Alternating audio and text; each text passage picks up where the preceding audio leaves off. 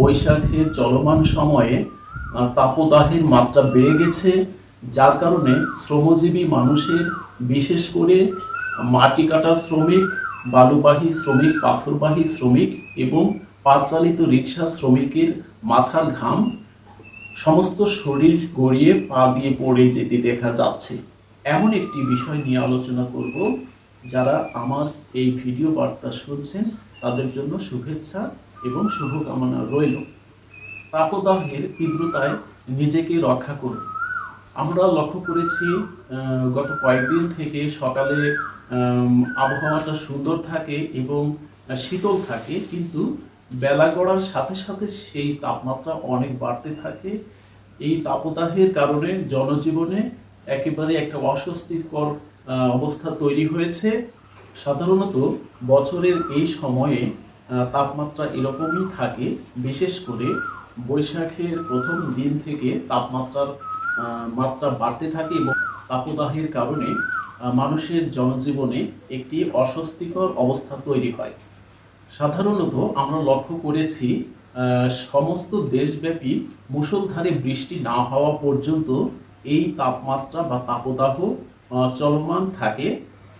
তো আমরা খেয়াল করেছি যে বৈশাখের প্রথম থেকে এখন পর্যন্ত সারা দেশে হয়তো বিরামহীনভাবে ওই রকম বৃষ্টিপাত হয়নি, যার কারণে তাপমাত্রা এবং তাপদাহ পর্যায়ক্রমে বাড়ছে এবং জনজীবনে একটা অস্বস্তিকর পরিবেশ তৈরি হচ্ছে।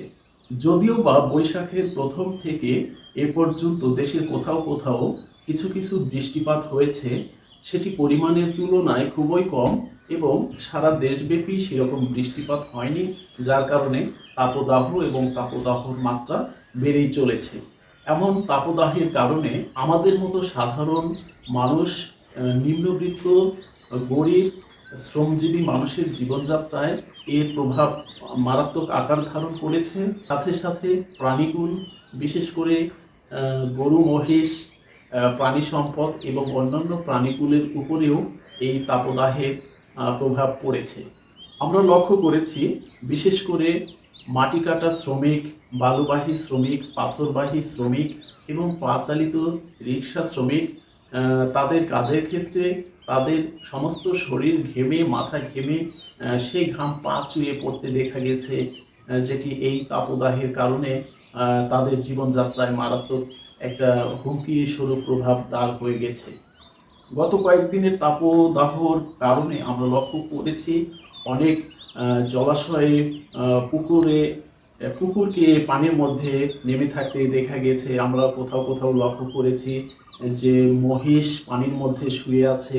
তো সেটি এই তাপদাহের কারণেই সাধারণত বছরের এই সময়গুলোতে হয়ে থাকে। আমরা এমনটি আগেও লক্ষ্য করেছি। চলমান এই তাপদাহের কারণে যেহেতু জনজীবনে একটা মারাত্মক হুমকিস্বরূপ রূপরেখা ধারণ করেছে, যার কারণে মানুষকে সচেতনতার জন্য সরকারিভাবে এই তাপদাহের প্রভাব সম্পর্কে একটা প্রসারণা করাটা জরুরি বলে মনে করি।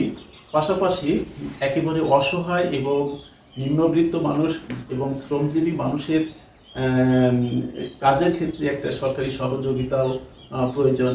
এমন তাপদাহের কারণে নিজেই রক্ষা করুন এবং পরিবারের যদি এমন সদস্য থাকে, হয়তো প্রতিবন্ধী, শিশু এবং বয়োবৃদ্ধ, তাদের প্রতি বিশেষ খেয়াল রাখুন। এই তাপদাহের কারণে কিছু সময় পরে পরে হতে পারে 1.5 ঘন্টা 2 ঘন্টা পরে পরে হয়তো পানি বা শরবত জাতীয়, বা যদি শারীরিক সেই প্রতিবন্ধকতা না থাকে সেক্ষেত্রে খাবার, স্যালাইন দেওয়া যেতে পারে। চলমান এই তাপদাহের সময়ে শ্রমজীবী মানুষের জীবনযাত্রায় কাজের পরিবর্তন আনতে পারেন। দৈনিক হাজিরা ভিত্তিক কাজের জায়গায় ঘন্টা ভিত্তিক বা চুক্তি ভিত্তিক কাজের ক্ষেত্র তৈরি করতে পারেন। কৃষি নির্ভর আমাদের দেশ, তো সেই ক্ষেত্রে এখন অধিকাংশ জায়গাতে ধান কাটার মৌসুম হয়তো শীঘ্রই শুরু হবে, বা কোথাও কোথাও হয়তো ধান কাটা চলছে। খুব সকাল থেকে হয়তো সকাল 10টা পর্যন্ত তাপমাত্রার প্রভাব কম থাকে। তো সাধারণত এই সময়টা কাজের জন্য উপযুক্ত। আবার হয়তো যখন রোদের বা তাপদাহ বেড়ে যায় তখন কাজটি বন্ধ রাখলেন, হয়তো বিকেলে আবার উপযুক্ত সময় বাকি কাজটি করলেন।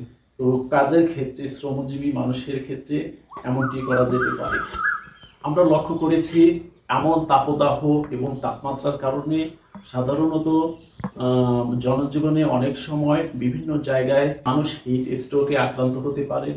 তো সেই ক্ষেত্রে হিট স্ট্রোক সম্পর্কে ধারণা রাখুন এবং কি পর্যায়ে গেলে এরকম একটা সম্ভাবনা বিরাজ করে সেটি আমরা যেন খেয়ালে রেখে জীবনযাত্রায় কাজের গতি আনতে পারি, এ ব্যাপারে আমাদের সচেতন থাকা প্রয়োজন।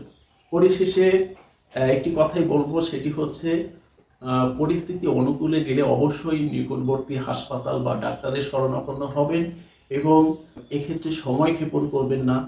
এই তাপদাহের প্রভাব থেকে আমরা যেন নিজেকে রক্ষা করতে পারি এবং শ্রমজীবী মানুষ যেন নিরাপদে কাজ করতে পারে, এই বার্তা দিয়ে যারা আমার এই ভিডিও বার্তা শুনছেন তাদের জন্য শুভ কামনা রেখে শেষ করছি।